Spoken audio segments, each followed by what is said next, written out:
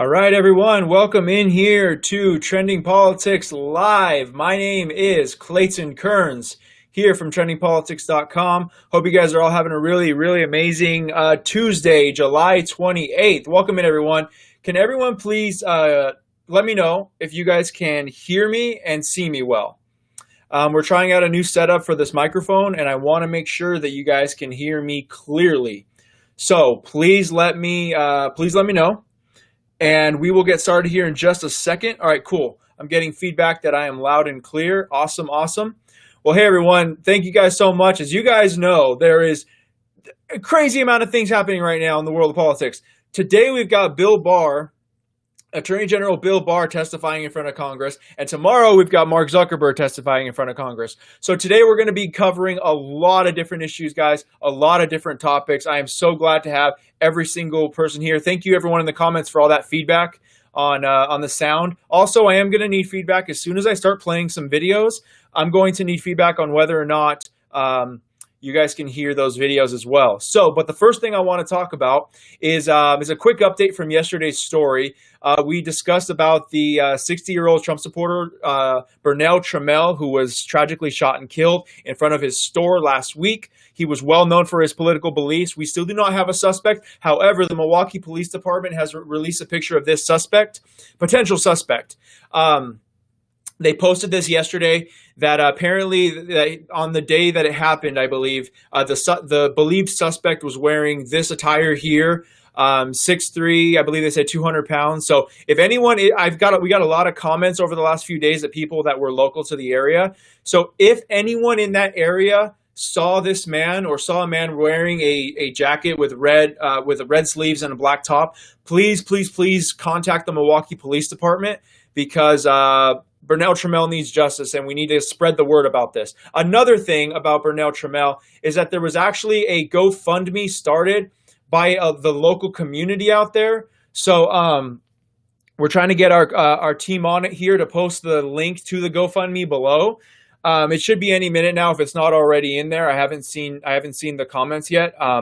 But we're going to either be posting that in the comments below, or we're going to be posting it on trendingpolitics.com later on today. Okay, everyone? So we don't want Burnell Trammell's family to have to go through the financial burden during this time. So if anyone wants to pitch in a couple bucks here, a couple bucks there, feel free to do that as well. Okay?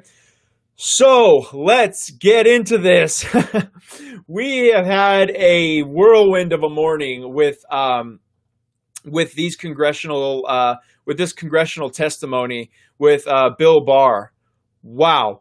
So I'm sure you guys may have seen it, but we're gonna cover it in many different ways in this live stream. Okay. So Jim Jordan decided to open up the press conference. Decided to open up the to open up the hearing by just going scorched earth. You guys got to see this, and let me know if you guys can hear this audio. Okay. Now recognize the ranking member of the Judiciary Committee, the gentleman from Ohio, Mr. Jordan, for his opening statement. Spying. That one word. That's why they're after you, Mr. Attorney General. 15 months ago, April 10th, 2019, in a Senate hearing, you said this sentence, quote, "I think spying on a political campaign is a big deal." Spying on a political campaign is a big deal. It sure is. And since that day,